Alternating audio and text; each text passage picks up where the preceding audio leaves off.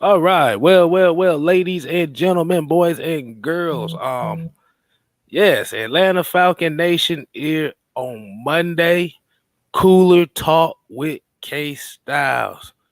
As you see, in the screen, you got the mad scientist. He's not on camera right now, but we're gonna work on that as we go. What's going on, Mike? You still there? The mad I'm here, scientist? man. The camera, I got it fixed. Yeah, it's time for an upgrade. It's time for an upgrade with the camera. Yeah, man. I'm good though. Good though. Okay. Great, Okay. great Hold on. day. Hold on, Mike. Did you notice something? I didn't do that right. Let me go ahead and do that again. Oh, okay. Hey, what's Okay. going on, people? This your boy Six Man Kstylz, aka the Fat Man in the building. Yeah. Stage left, as you know him as the Mad Scientist, Mister Mhm. Bad Mike Sports. Sports. Sports. That's a lot better. Mhm. We got to pick the energy up a little bit. Spots. Yes, man. Yes. Hey, Mike. Guess what I found out today? Uh-oh. Oh man. Hey, before we do that, you know we gotta do the real nigga roll call. I'm trying to not sell so I don't say the L word. I wasn't ready for that. I wasn't ready. Exactly. Hey, we might well name it that shit. Hey, that'd be an AFN thing. The real roll call. Hey man, look. Oh man, they know we ain't no folders when it come around here. Exactly. We tried our best to be a little bit more professional, but at the end of the day, we are who we are, and that's why that's why I feel like y'all love us, bro. That's what it all come down to. Y'all gonna get real, and that's what we about. That real ish. Exactly. So we're gonna go ahead and start off with the nation. We got Prince One Vamp. We got Cindy Estorga. We got Tiff Sports and Gaming. We got Joseph Thornton, Asia Green. We got We'll Be Right Back series. We'll be right back. After these messages, we'll be right back. That's exactly. Y'all probably don't know nothing about that. We don't know nothing about that. We'll be right back with these messages. You're watching a Bob Ross program, and all of a sudden you hear that infomercial. We got your boy Michael Walker. We got Mr. Lee the Third. We got Tony Wright. We got Leo 123. We got Dee Pacheco Smith, Ezekiel King. We got Pat Norris. We got Harrison the Bunny number 2. We got Lucas Strichter. And we got Reggie C2K. We got Tavon Watkins. I almost said Tavon Walker. I was about to say, boy, that sound like one of my old high school classmates right there. We got William Amy, and we got Gene Batten. Stunt 7 Stunt Row Stacks. All right, people, man. How y'all doing this evening? I know, unfortunately, got another L. But the thing I will say is, when Mad Mike gets back on here, there's some interesting news there's some interesting stuff that I found out. Bruce, you want to know what that is? Mizzy Mike.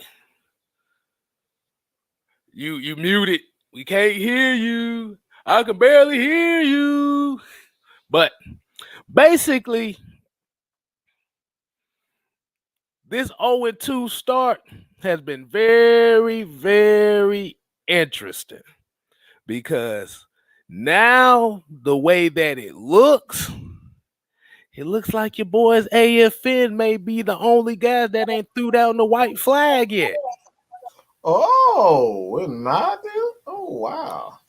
Isn't that Yes. I think we've kind of realized that most of your viewing programs done already threw in the white flag after a 0-2 start. That's interesting. Yeah. I mean, we always say that we not for everybody, but now we really not for everybody. All right. And for some reason, I kind of like it like that. I don't know if it's I don't know, but I was about to say, man. All right, so let's go ahead and stop beating around the bush here. Got a day to think about it.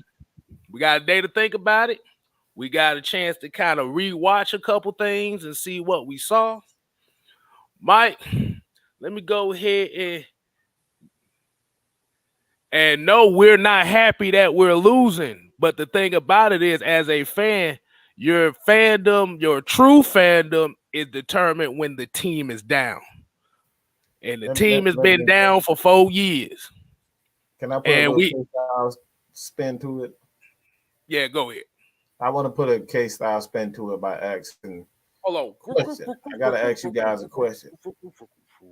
What do you get out of quitting?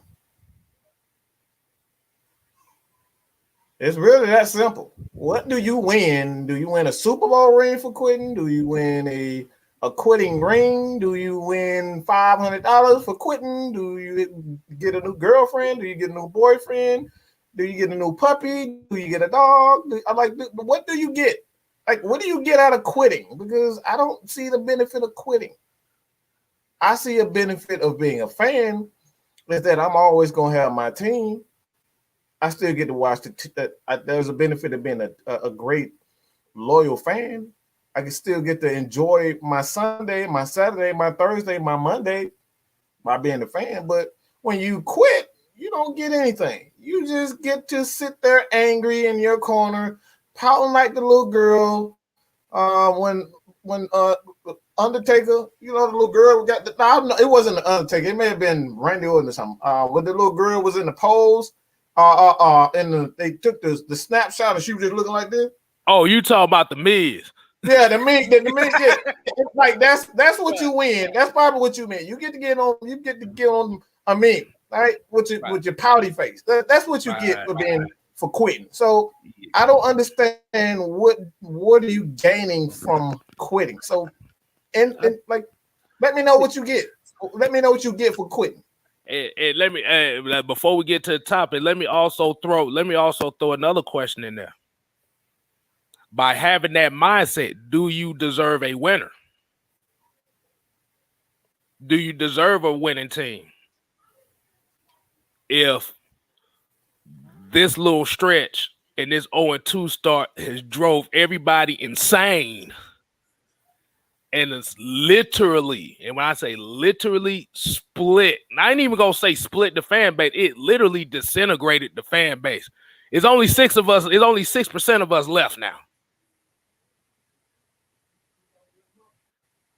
And the thing is, like I said, and that's the thing. Like I said, it's only been 4 years since we have not been to the playoffs.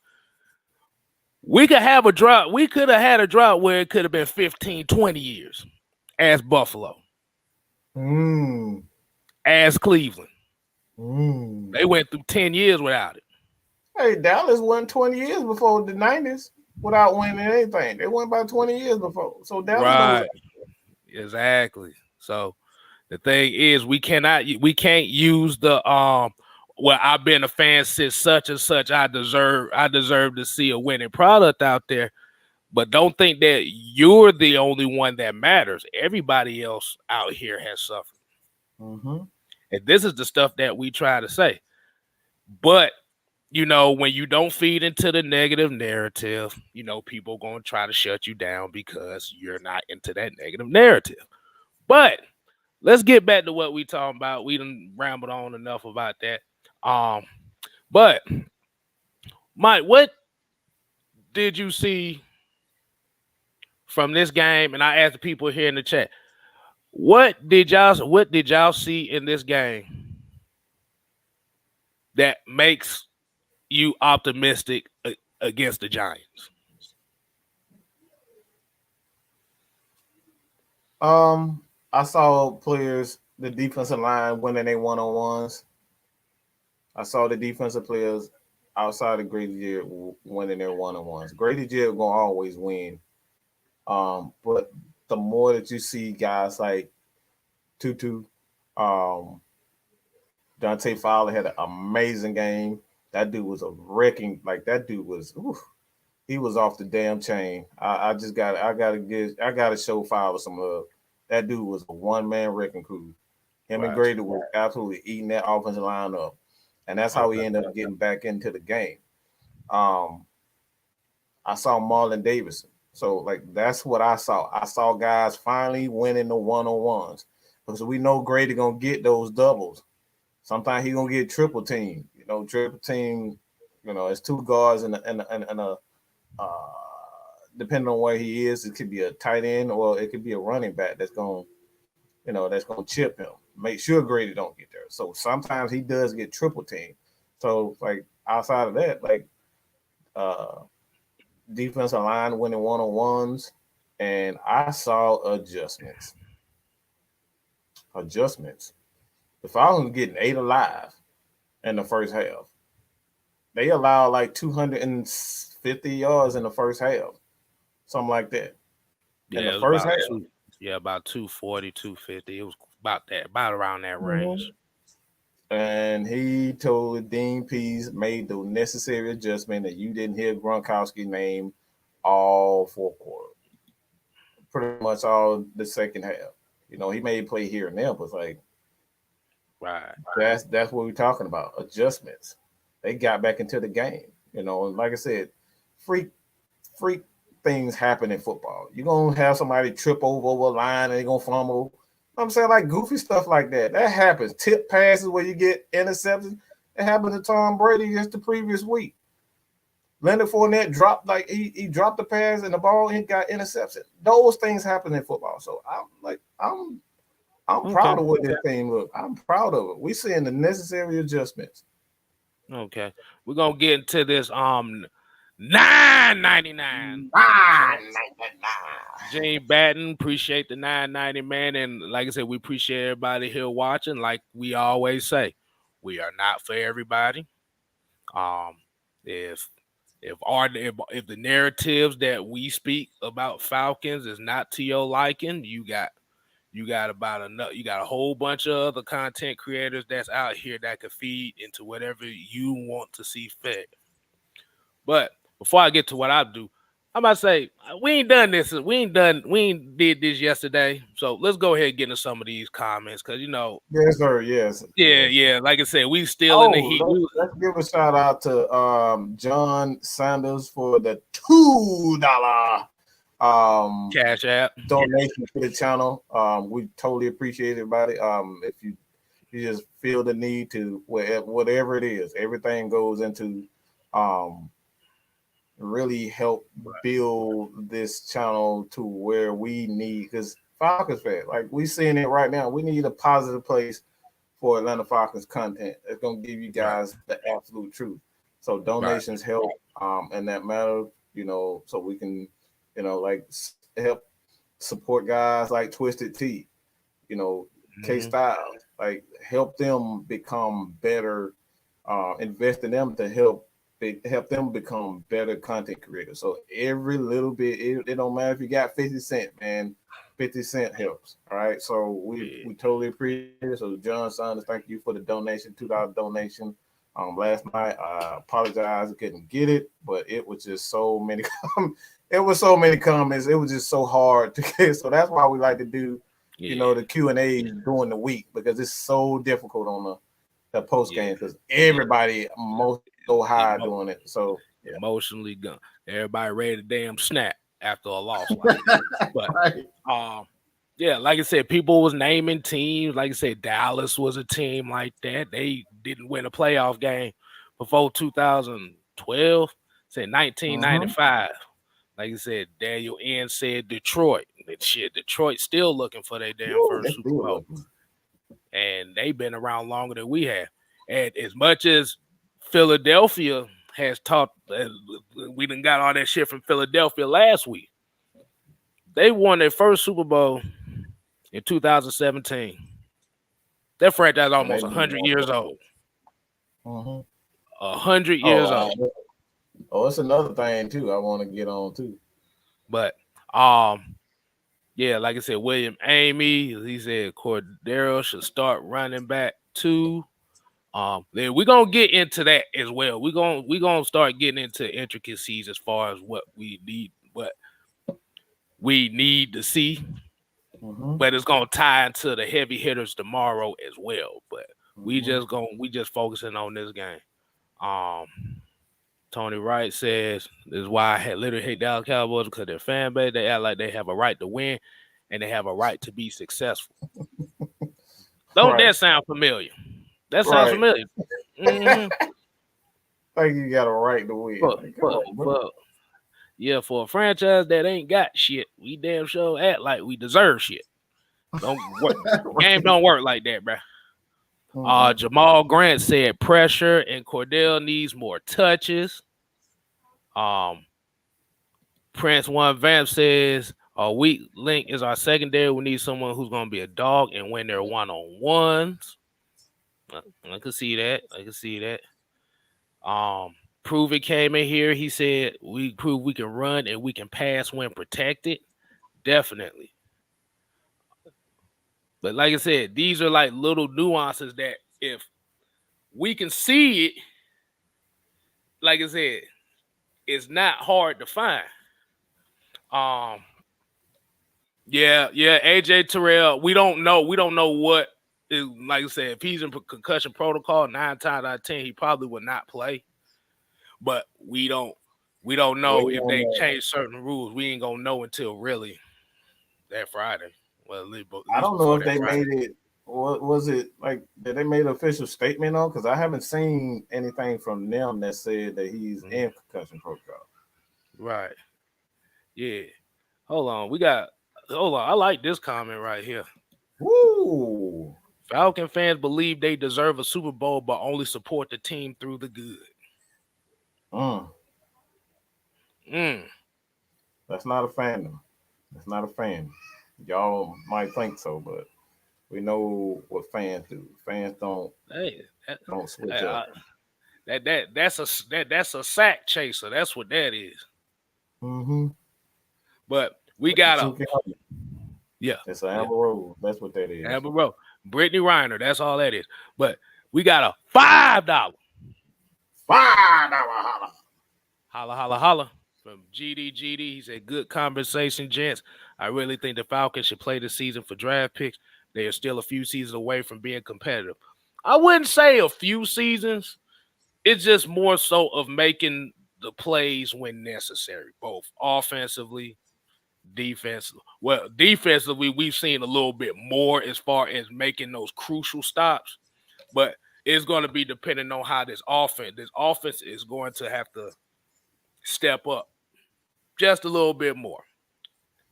I'm not tanking. I don't give a damn how bad we are. I can't see I can't support tanking around here, bro. Well, yeah, go ahead. No. I was about to say, no, that's what I was saying. I can't support like that mindset as far as playing for draft picks, because that tanking stuff, that's how you really get more of your players hurt, because they not playing up to their full potential.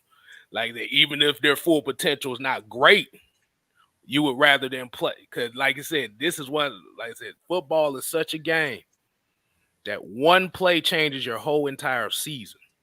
So you don't give up that quickly. Dre True Statement said right here, he said, tanking is a weak ass mentality. I agree. If you're not meant to win, you're just not meant to win. But you would rather give it your all because that stuff go on tape. And they see you tanking, players lose a lot of money, especially in football. You lose a whole lot of money if they see you ain't trying. Mm-hmm. You get a bad rep as an organization for tanking. You get a bad rep as an organization from players that you just lose. I'm just gonna lose on purpose. I'm not gonna try to get any better. We're just gonna employ guys and we're just gonna make money off the fans. Have them come to games just to make $1. I'm not going to invest anything into winning. I'm not going to bring in the best coaches. I'm not going to bring in the best front office guys. I'm just going to tank. And at the end of the day, tanking does not work if you don't have a philosophy. So what the fuck are you tanking for? You tanking just to tank to get draft picks, but what if you don't have a philosophy? What if you don't know this offensive line is better at pass blocking or run blocking? So what are you tanking for? You got to have a blueprint to tank. There's no blueprint yet. And that's why they say they are in win mode. Win mode, you have to understand what you are first before you even decide, all right, I need to start my organization over because I know this guy's weak, this guy's older, this guy is not going to get any better. Got to have a blueprint before you even start the tanking process. Right. Because you got to have an idea of what you are. Teams don't tank because they want to lose. They tank because they want to go away from for example, you go to Cleveland. Cleveland wanted to have an air raid offense, but they saw that the first year with Baker Mayfield, that the air raid offense was not going to work in the NFL. So they said, okay, all right, I see that ain't working. I need to get him some offensive linemen. I need to get him a couple of dog running backs. Chubb, we go get Kareem Hunt, and I forget the other running back. But like they saw that they had a blueprint. So you got to have a blueprint before you even start the tanking process. Right. But like I said, we're not saying that anybody in here is for tanking, but we just want to address that idea. Yeah, that idea has been coming up a lot since the season started. Like I said, Proven says it right. He had it right there. Hold on. He said the draft is not a guarantee. You get an 8 productive player.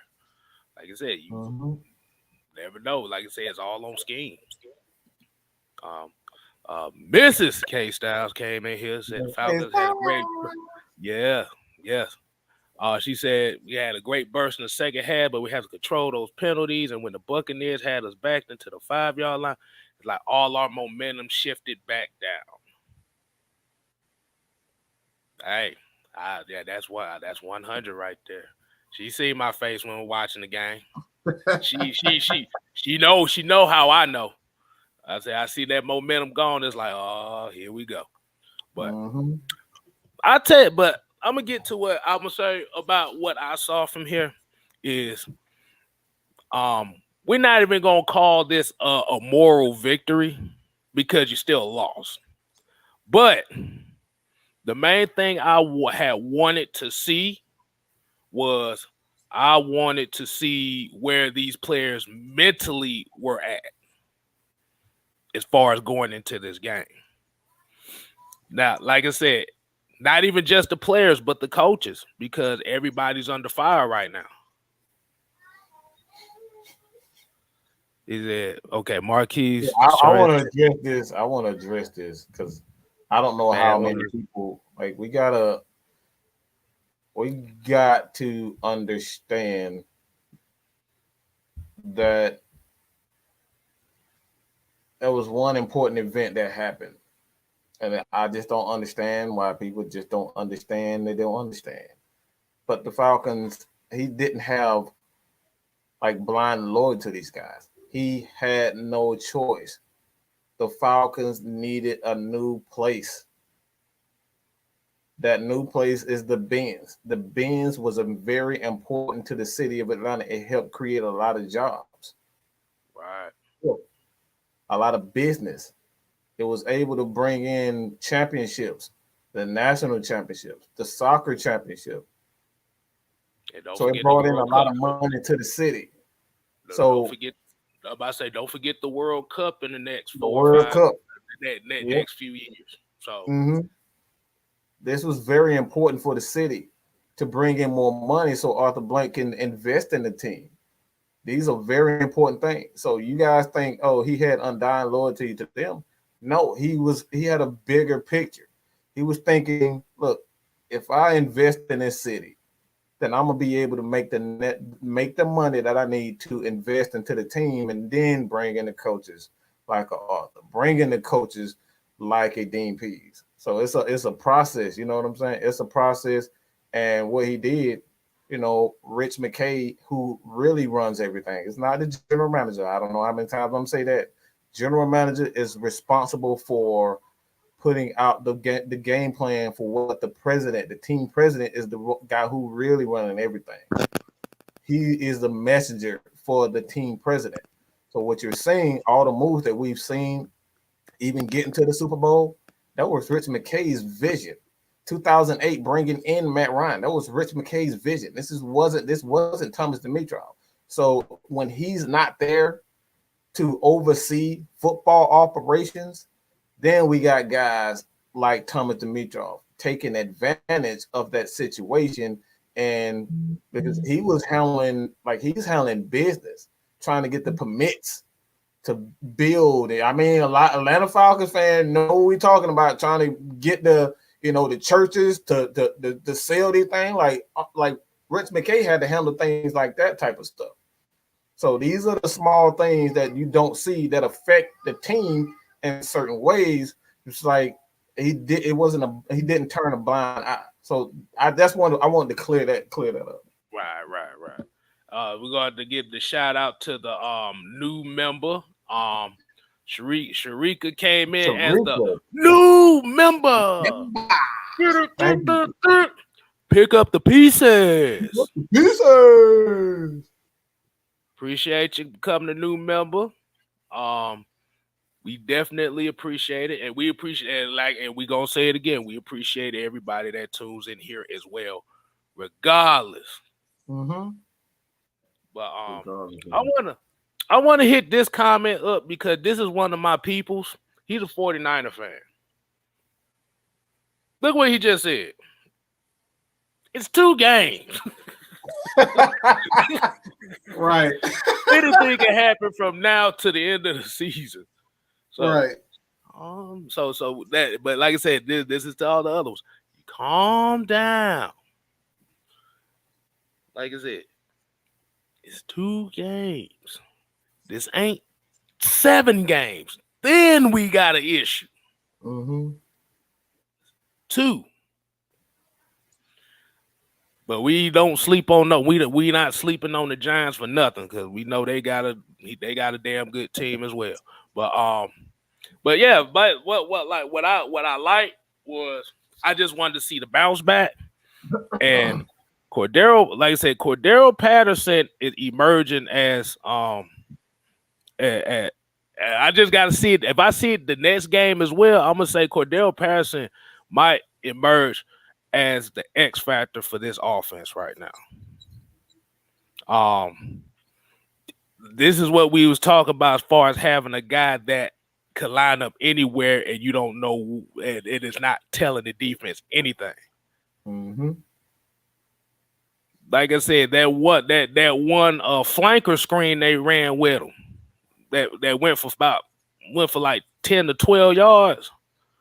Like I said, those kind of wrinkles is what this team needed on offense as well.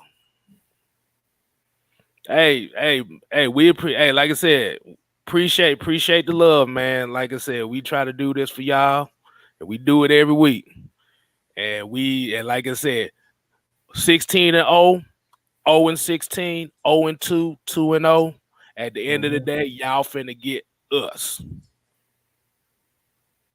Like I said, it's only 6% of us left as Falcons fans. We gonna be in that 6%. So we definitely appreciate y'all. And this is why we always say, A lot of our content comes from y'all. Yeah. What say? We all what say? We all we got. We all we all we got.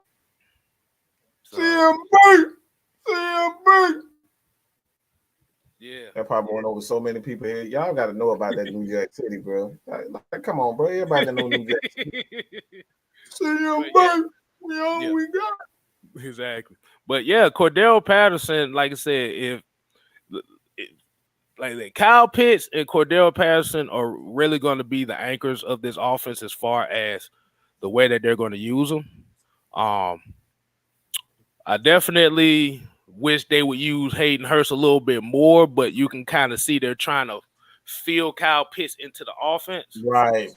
They're trying to feel him into it and find his role, and his role is good in the middle. Mm-hmm. That's what I saw too. Yeah. Now we could talk about Mike Davis and how he hasn't been running well. But the thing about Mike Davis is Mike Davis was only brought here to be the short yardage back. Mm-hmm. We have to look at it like that. Mike Davis is the short yardage back. And when you're down 21-7 and stuff like that, no good. I ain't gonna say he becomes a liability, but he becomes limited because you need the home run threat. And this is what we said yesterday. Oh man. We got some super chats in here, man. DJ with the $10 super chat. Holla, holla, holla. Holla, holla, holla. Love the content. You guys break things down very well. We appreciate it, man.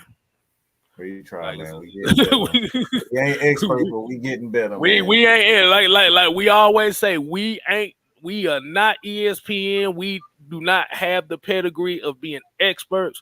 We are coming from a fan's perspective. This is what we do.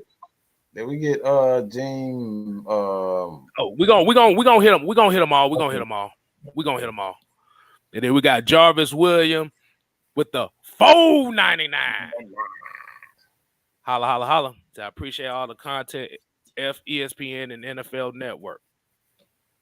Hey, man, I got so mad watching Fox. I got so mad. It was Terry tried his best. Terry Bradshaw tried his best to give the show Falcons some love, and they just cut him off every time he tried. So I got to give. Everybody always say he's just a dumbass jock, but like they just labeled him just like that because they don't want him to look smart. But Terry Bradshaw is a very smart guy, so I give Terry Bradshaw credit for that. You play a quarterback position for a reason. You got to have some type of intelligence. Mm-hmm. Gene Batten with the $4.99 super chat. $4.99. He said, I saw the Giants win the Super Bowl at 8-8. Tanking is for losers. Never give up and support your team. That's all you can do. Mm-hmm. And but the guys that say, but we got to be realistic here. That's a cop out. That's really what that is. That is a cop out. Because while you being realistic, you got a whole bunch of other fans that's still gonna be supportive of the team, regardless if they feel like this team sucks or not. Mm-hmm. That's like shit. Y'all, I'm about to say y'all show more support for high school damn teams than y'all do NFL teams. Boy, what are you saying? For real? Like, where's that energy?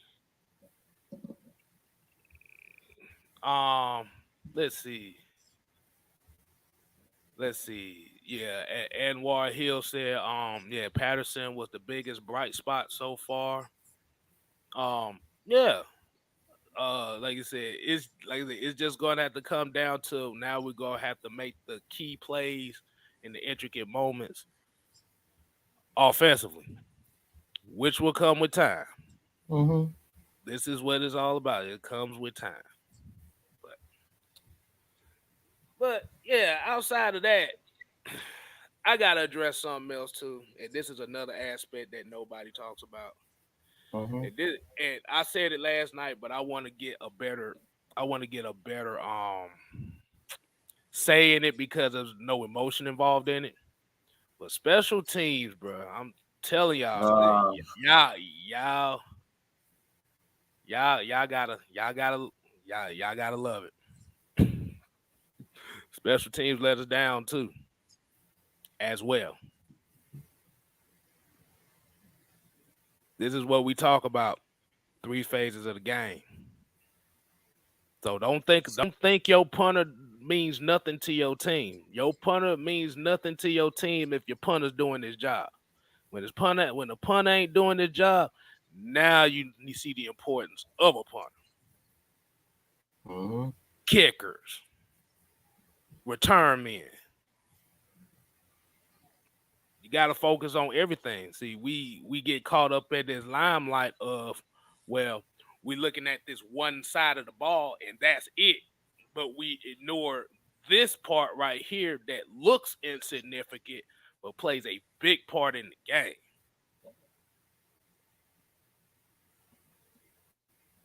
Oh man. So what's your take on that, man? How do you feel like um what did you feel about Cam, well, whatever the hell his name is? I call him Cam Neasy for a reason because I can't Yeah, I spell don't know how I don't know how to say his name. it. Exactly. But how did do you feel like hold on, I'm gonna say it like this. And I want people here watching too. I want y'all to go ahead and answer this well. Okay, so do you feel like okay, so we know the interceptions hurt the Falcons at the end of the game. But as far as the special teams aspect of it, do you think it played a bigger part in the demise mentally of the Falcons as far as that third quarter? I mean, even though, well, I'm gonna say that third and fourth quarter because those shank punts really did hurt. Um, like I said, you can't be like I said when your name is called, you gotta be able to deliver those punts. Like I said, I would rather you outkick the coverage than shank a punt. I don't know how you felt about that. It was two aspects of the game where I thought we lost it, and I don't think none bigger than those shank punts because what we know we can't do. I don't know why people. I keep saying this over and over and over again. I'm already seeing the aggression and the age showing in Tom Brady. I don't know why people didn't see that. His like he was floating balls like that interception that could have been an interception, but that Fabian Moreau dropped. That was not a well thrown ball. It was he floated that thing right into his hand, and I don't know how he dropped it. That right there was a huge part. But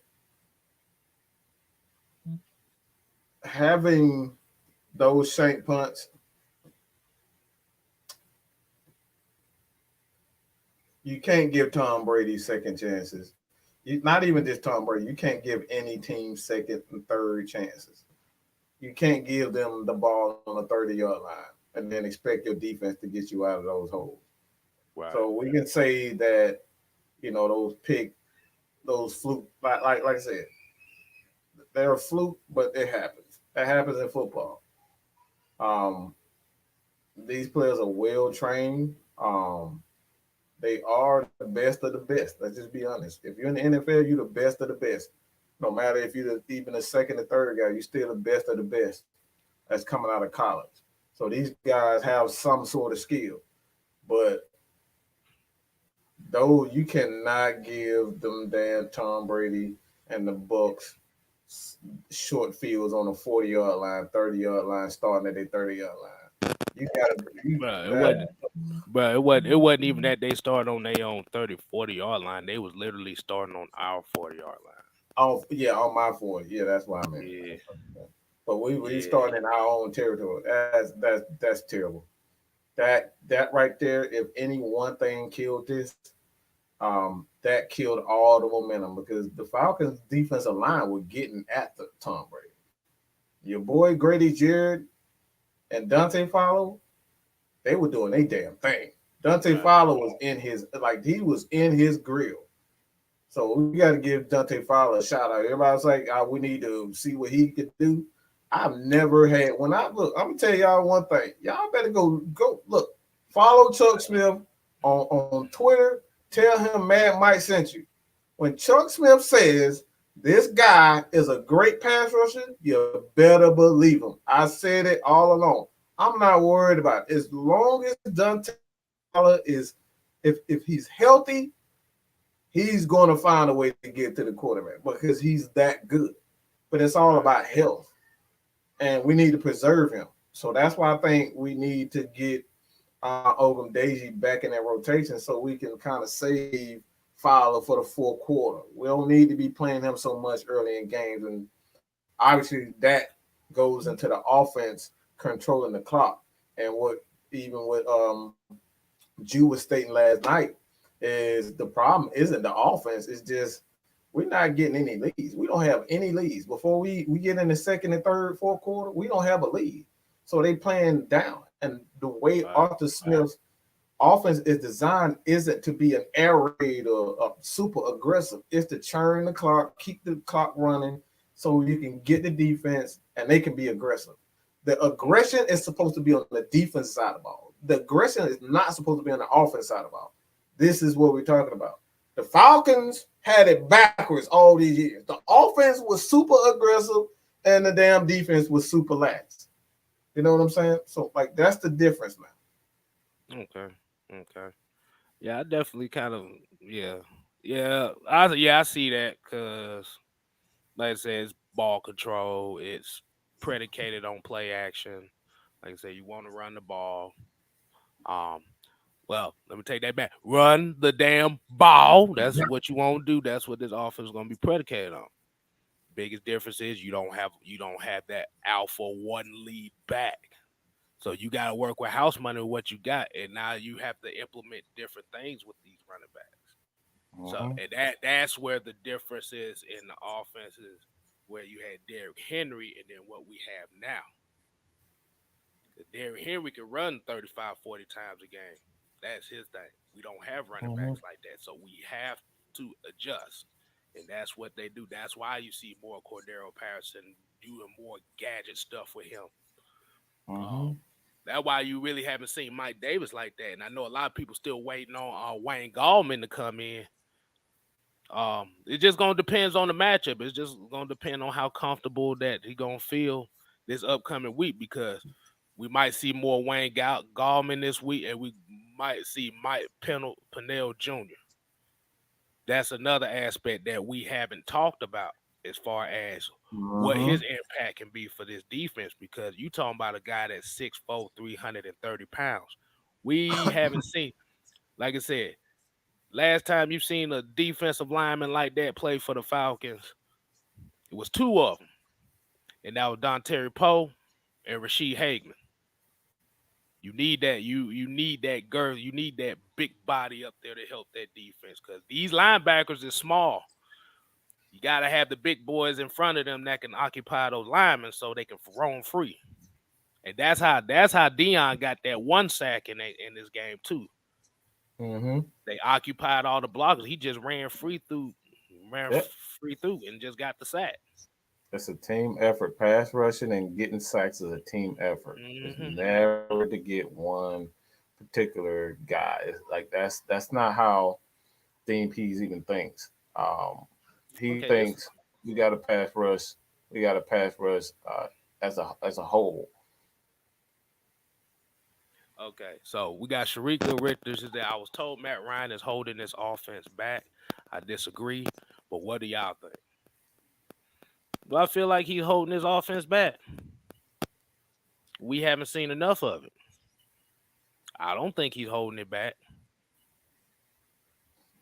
I just think the issue right now is because they are trying to work everything short. You haven't seen the full extent of the offense. Now, people will say, well, Matt Ryan has a weak arm. Your arm does not, like I said, your arm could be weak and still throw a 15-yard dig route. Like I said, we haven't seen all those nuances yet as far as the levels. See, Once we start looking at the levels concepts of where they have routes going short, medium, and deep. Explain what you mean by levels, because a lot of people who may not be in depth as far as like the like Yeah. So the small nuances of the okay, routes. so there's two concepts that I saw that Arthur Smith likes to run, and that's spacing and levels.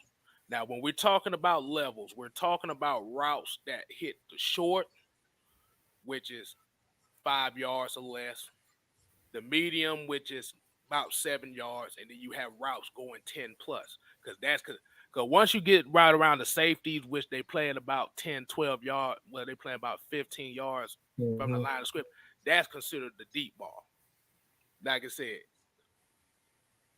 the middle of the field is really the most dangerous spot on the field that you could throw to because it's the most room. Mm-hmm. Now, once you have those levels where you can have options at each level. See, now you put the defense in a peculiar situation to where, okay, if I get the protection right, if the protection is complete, you can hit that deep route. But if that protection is not all the way there, see, now you have an option short and medium. You can still hit that. We saw quite a bit of levels this game. And this is where a lot of people kind of say, but he doesn't take deep shots like that. Like I said, it's depending on what you consider a deep shot. Now, if you're talking about 15 to 20 yards by NFL standards, that is technically the deep ball. See, but when people fall in love with the deep ball, they thinking of Patrick Mahomes and throwing that bitch 60 yards down the field. That's a deep ball, but you're not throwing 12 of those a game. You may throw one or two of those. But in order for that deep ball like that to be open, you have to set up small. You have to get the safeties to think, do I need to come up or back? Confuse them. So that's what he meant by the levels. Yeah. See, and that's where we come down to. And I see one guy in here. I don't. Hey, I about to say, Mike, you want to bring him on so he can explain himself, because it's becoming a point to where I think this is how we gonna have to talk about it like this. Okay, who is that guy? Falcons 4L. I kind of seen him earlier talking about we ain't shit because we ain't bashing Matt Ryan. I mean, he can try if he want to. You can come on and if you want explain yourself why we. Like I said, I rather the explanation because, like I said, it's a lot easier to do it in the chat. Come on. Yeah, it's safe. You don't have to articulate yourself in the chat. You can write goofy stuff in the chat. Right. But no, I don't think his man. I don't think. I'm gonna just say this: if you relying on one player to be the difference in your offense, you already lost. Right. Every offense should have two guys on two aspects of an offense. The two aspects of an offense is the run game and the pass game. All right. So if you are extremely reliant on Matt Ryan to just be the difference in the passing game, that means your running game sucks. So I don't understand I don't understand why people say that Matt Ryan is holding the team back. Like, you can't hold the team back if you have a great running game. See what I'm saying? So it's like if you're relying on one particular player, that means your running game sucks. And that's why you got Super Bowl winners. That's why you can't stop the Chiefs. Because the Chiefs can run the ball down your dang on throat. They will run it down your throat. So like if anybody say that this quarterback is holding them back, it's because they running game sucks. Let's be honest. Because if quarterbacks were the reason why teams got to the Super Bowl, there is no way in hell that Trent Dilfer should have won a Super Bowl. So again, quarterbacks don't determine whether an offense succeeds or not. It's the depth Right. and the variety that your offense provide. And when you go Right. back and look at that Baltimore offense, no, it wasn't explosive, but they had a running game and they had a tight end, great tight end, Mhm. and tight ends, and Shannon Sharp and Todd Heap, who were just killing the middle of the field, and they were just destroying it. So they had two aspects of offense. So no one player, if you relied on one player to be the defense of your to be the difference in your offense, you already failed. No one player could be the difference in the offense, so making the offense suck. Right. Right. Because if we going off of that concept as far as this Falcon franchise, there is no Super Bowl in this Falcon franchise. So Mm-hmm. what basis can you really, like I said, I'm gonna go ahead and do it right there All right, because Falcon for life, whatever you 4L, whatever you are, go yeah, ahead and hit that link and come on and explain yourself. But if you come in here cussing and all that type of stuff, we're gonna cut you. So just try to keep it right, clean. right. But cause I know Mike, I know as well, and we also have to get into the other part of it, and we talked about it yesterday, but we said we was going more in depth in it. As far as you said there was an interesting take that you feel like is a glaring problem for the Falcons as far as Yeah, hmm I honestly think at this point, the Falcons and Arthur Smith has been experimenting with something. I'm sorry, I meant to upload it, but been crazy busy today. Um, but my boy ATM sent me a graphic, and basically what that graphic was is where Kyle Pitts lined up this past week against the Bucs.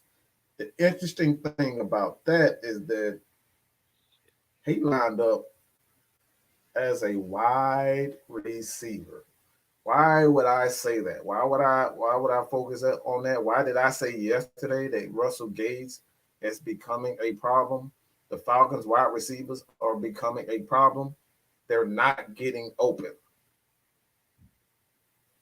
They're not getting open. This is why you see the offense and you see Matt Ryan getting hit a lot because the receivers just not getting open. You got to beat your look. We say our wide receivers have to beat they one on ones, and we're not talking about the Julio. We're not talking about the Calvin Ridley.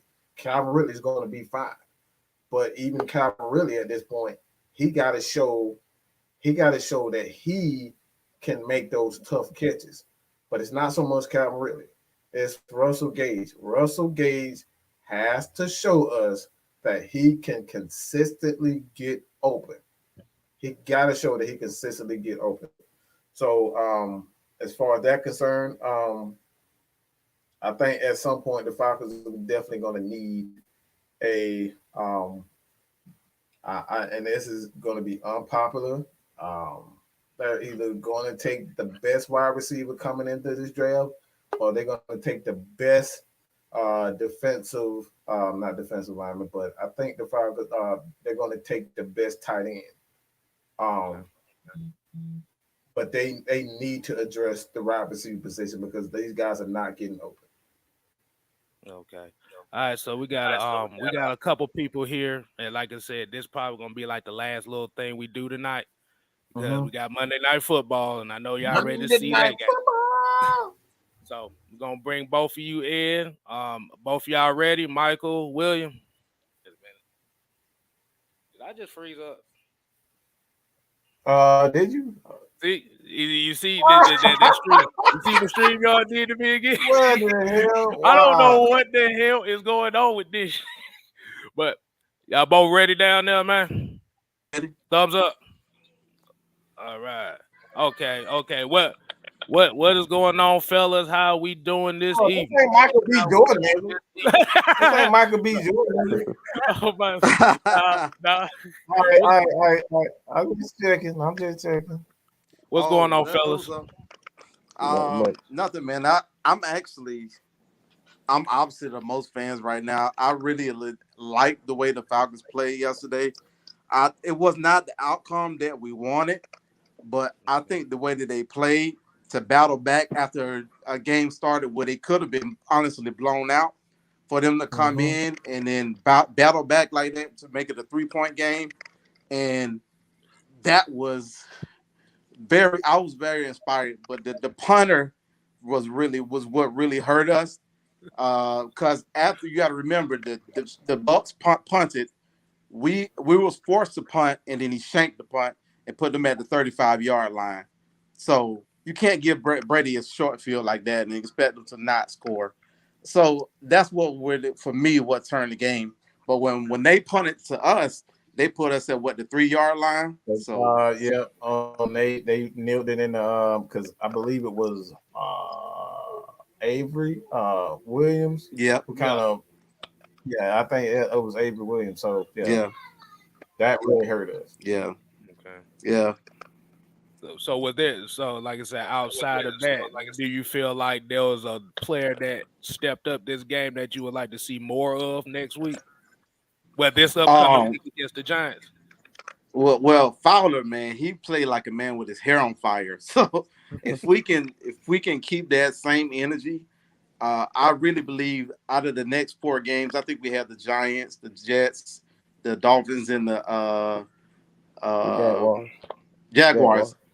I think in the next 4 games we can either go 3-1, 4-0. Honestly, if we play with the same amount of intensity that we played with yesterday and take that forward, I really think that we can go forward and be one of the better teams going forward, and at least be 4-2 at that point. So that's my thoughts. Okay, William, what you got? What you got on that? Well, how'd you feel? How'd you feel after the game, man? I think we did good. We played better than last week. Offensively, we played better, but second Matt Ryan. But I wish we could have played a little bit. Had him up for a little minute, give him some little explosive plays, and I got one question. Arthur Smith, I mean, he not a bad coach or nothing like that, but he got to like create more, make more like putting the right receivers in motions and stuff. Be more creative because we got like what 3 games was winnable games. Asian Terrell, he did good, but I feel like he kind of did too much, trying to go for the interception, trying to one-hand it.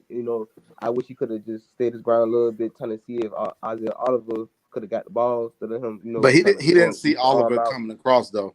He landed on his head awkward. So I hope he play week 3 because I think if he don't play, we're not gonna be in trouble. But I just feel like I think Richie Grant should start or something like that, or somebody else if he's not available for week 3. And our defense, we did good on the pass rush. Dante Flower, Wallace Davidson. I just hope we play more better. Finish and execute and trying to get turnovers. We really gotta get that on defense. More better. Okay. So pretty much what y'all saying is, if they can carry this over into this week's game, it should be a better outcome, and we might actually get a dub this week. You're right. Yes, sir. Right. The thing is, I think we sacked Brady 3 times, right?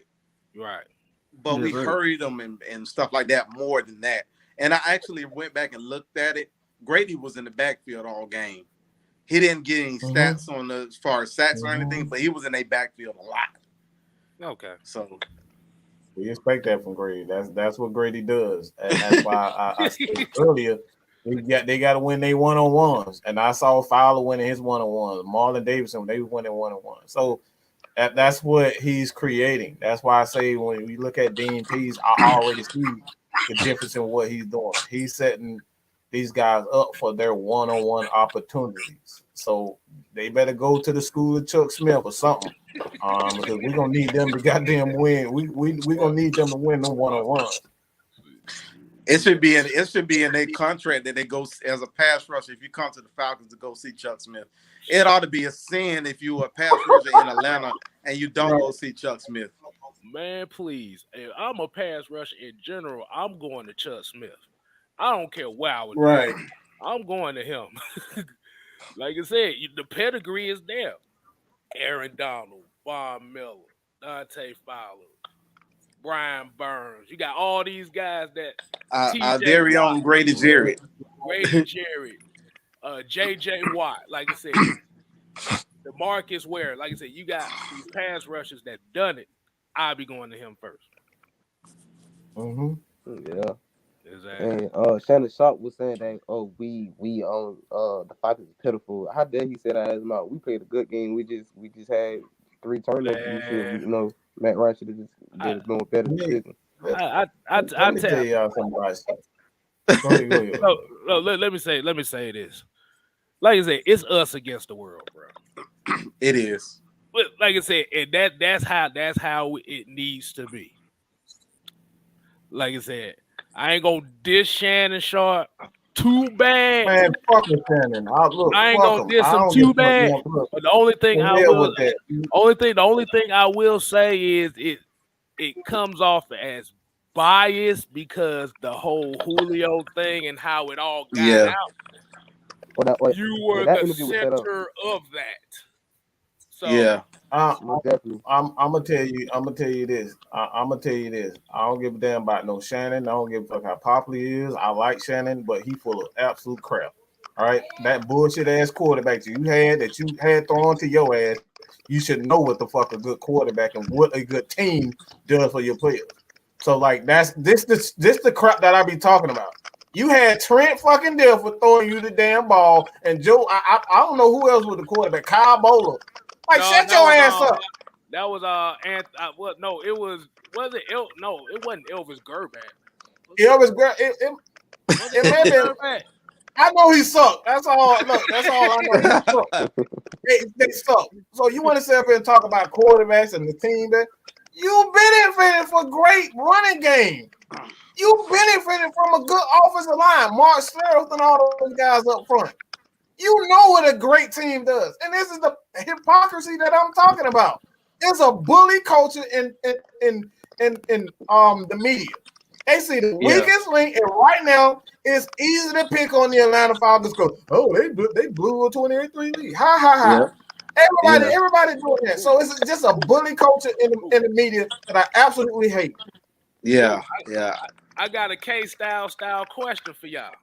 So, do you think the media that's doing all this stuff, do you think it's because they see that the Atlanta media within itself doesn't that bashes the team more than anything? So you feel like, okay, if they see the AJC talking shit about the Falcons, that leaves it way open for everybody else to do whatever. I don't think that has nothing. I think it's both of them. I think it's both. It has everything to do with y'all can get it, but it has everything to do with Arthur Blank, not allowing these people to get any inside information, and they want juicy stories. That's how they make their money, off juicy stories. And Arthur ain't giving nobody. They already heard. We hearing him talking about. It's like a damn. It's like trying to get in the Pentagon. You can't get any information from anything from. So that's what it comes down to. They mad because Arthur ain't giving them no information. That's what it comes down to. My bad. I never thought about it like that. So what y'all think on that question? No, I agree with Mike. And the national media, man, it's actually a disgrace when it comes to talking about the Falcons, man, because they pick up headlines and they do stuff like seeing the final score and say, "Oh, the Falcons got blown out." But if you really watch that game, that's not really what happened. But if you see the final score, oh man, the Falcons got destroyed, and that's all the headlines I kept saying. Falcons, Tom Brady destroys Falcons. I'm like, nah, that ain't really what happened. Man, they just hating on us, and I think Shannon Sharp, he like Julio, he knew about the whole situation. Like when Mike was saying, he knew, bro. He knew about the whole thing. He knew he was getting recorded and everything. And Julio he ain't even doing nothing in Tennessee right now. I'm gonna be honest with you. They barely beat Seattle Seahawks this week. When I watched that game, I'm like, nah. Tennessee Titans ain't might win the AFC South. It's too early for that, but I don't think they're gonna win. I'm just putting it like that. So we good with Julio. I'm done talking about him. I don't think he needs to have his own honor in Atlanta. He can take it behind Nashville and retire his ring of honor in Nashville, Tennessee, not in Atlanta Falcons uniform. Yeah. I'm about to say, as of right, like I said, and that's how I've been. It's like as of right now, Julio doesn't exist to me. He's not in the. Oh, he don't exist. Yeah. I mean, like I said, it sounds hard to believe somebody would say that, but at the end of the day, like I said, I have to worry about I would rather worry about the guys that's on this team right now. Yeah. You ain't wrong. You ain't wrong, Kstylz. Exactly. You ain't wrong. Exactly. But we got a $5 super chat from Sharika Rector. She said, "Don't forget the fans who always on Twitter bashing the team as well. So the fans play a part in how we are perceived as well." And Listen. bruh. Now, listen, Mike, Matt Mike, I follow him on Twitter. He was going back and forth with his fan earlier today. And he was like everything was Matt Ryan's fault, and it was so ridiculous. Mike had shut him up, and he stopped talking. That's what they do. That's what they do. Because they don't have any facts, man. They don't have any facts, and it's lazy to just blame the Falcons for everything that's happened. I mean, blame Matt Ryan, and it's actually low hanging fruit to try to blame Matt Ryan for all the issues the Falcons have right now. Yeah, it's too easy. It's too easy. I use the Tom Brady. I use the Tom Brady. Go ahead, bro. Go ahead. Oh, I was saying they got to think about it. We had 3 different offensive coordinators. We had Steve Sarkisian, Dirk Cutter, and Matt Ryan never had a consistent defense. So I'm trying to see why everybody keeps saying it's Matt Ryan fault. Then I heard about Mike Smitty. I mean, I seen his little video, and I guess the girl who be on the video, she was like, "Oh, I hate Atlanta new stadium." I'm like, what that got to do with us about losing the game? I mean, we good, but you can't be saying, "Oh, I hate Atlanta. That new stadium that blank did. They need to do something with Matt Ryan." Like I'm just tired of everybody keep saying Matt Ryan. Matt Ryan just can't play defense either. He can't do both. He just do his job. If he don't see nothing right, he'll make his adjustments. The thing is, though, nobody holds Brady. I know they always hold Brady up. He's great. Don't get me wrong. But nobody holds up Brady the fact that he's had. I mean, Mike talked about this a few weeks ago, that Brady's had 16 out of 19 years. He's had a top 10 defense 16 times. Nobody ever talks about that. And I think I went and looked at it. Matt had four top 10 defenses. And those those defenses gave us a Super Bowl run, NFC Championship game, and two divisional round divisional round games in the playoffs. But nobody ever talks about, oh, Brady doesn't like they just say, oh, Brady always gets it done, but because Brady don't never have the pressure to always have to score every time he touches the ball. Great point.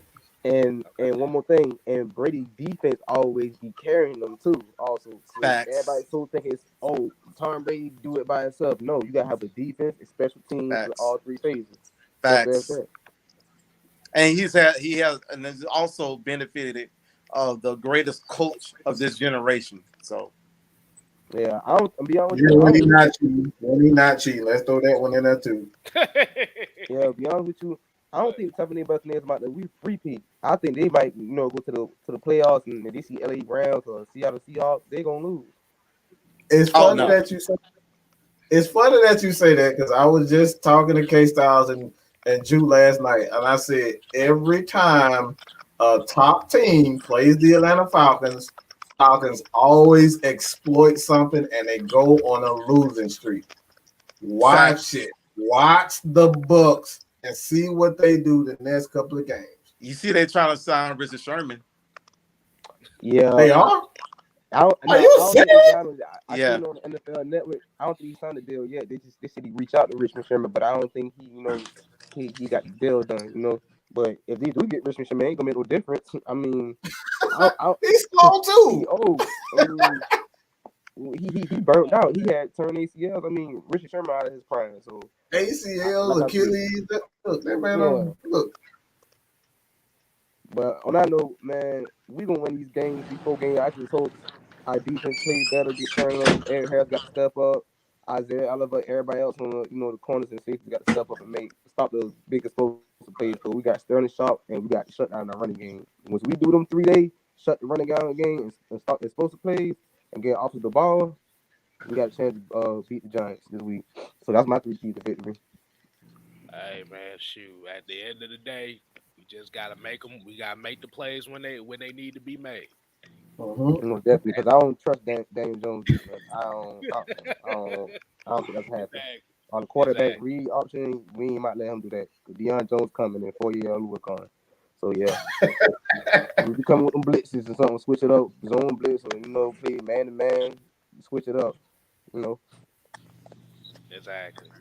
But like I said, we're gonna go ahead. We're gonna end it on that note tonight. Like I said, we want to make sure y'all catch y'all beginning of Monday Night Football, so y'all don't need to be blaming us for missing it. Right. Hey, I'm not watching Monday night like games because I already know Green Bay gonna win, so I ain't even my channel to look at it.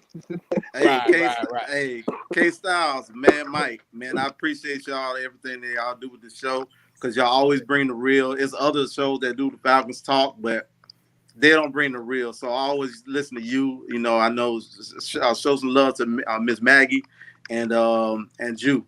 So absolutely, man. And I appreciate y'all bringing the real to the Falcons fans, man. We want to hear that real. Hey, we the last of the Mohicans now. Remember that we the last of the Mohicans. we got everybody don't gave up. Everybody gave up. Everybody threw in the white towel already. So hey, we trying to hold down as much as we can. Even though a lot of people hate the fact that we still doing it, but we good. But like I said, we want to appreciate everybody tuning in tonight. I want to appreciate Michael B and William Amy coming on. I know the one guy that I actually intended. Oh, he fell in the chat running his look. I was about to say he said he wanted to wait till Friday to do it. Man, get out of here with that nonsense. Well, you gonna forget by the time Friday. Friday ain't got no parameters. It ain't no rules on Friday. That's the wrong thing you want to do. He hiding because he could have hit the link just like we did. He's scared. I pinned it up there for everybody. It was 6 links. It was 6 links. All we wanted. See, the problem is that all we wanted was the conversation today. Like I said, we wasn't about to be on that aggressive shit. Like I said, I got the Zen bees today, so I'm chill. I wear them all the time because I'm chill for a reason. But I guess Keiko wait till Friday so he can get his statements and thoughts together instead of being put on the spot.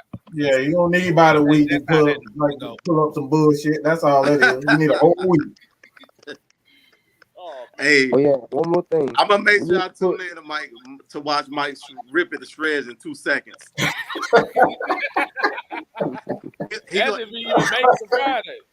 Man, listen, if he do come on, he gonna be looking on stuff all week. Say, I gotta get Mike. Mike gonna tear the part in 2 seconds. He can try.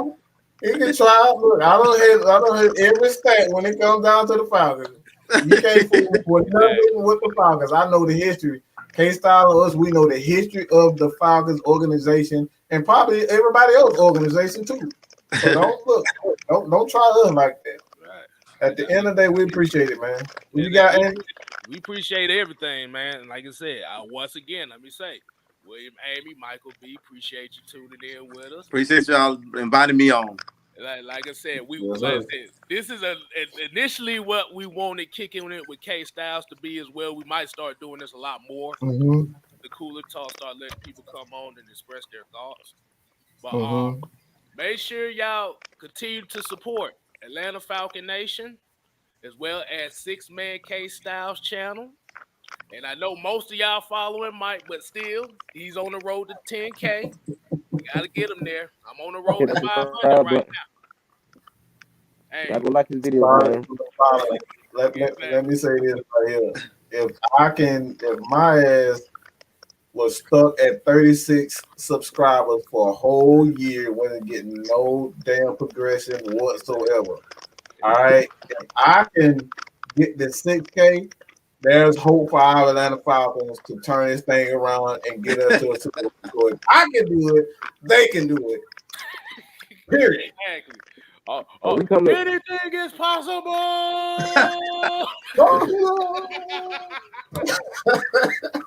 Hit him with a All right, Kevin then, Garnett. man. Hey, look, I'm about to say, y'all make sure y'all tune in tomorrow for the heavy hitters. Like I said, that's gonna be the start of the week against the Giants. This is over. No more Bucs talk.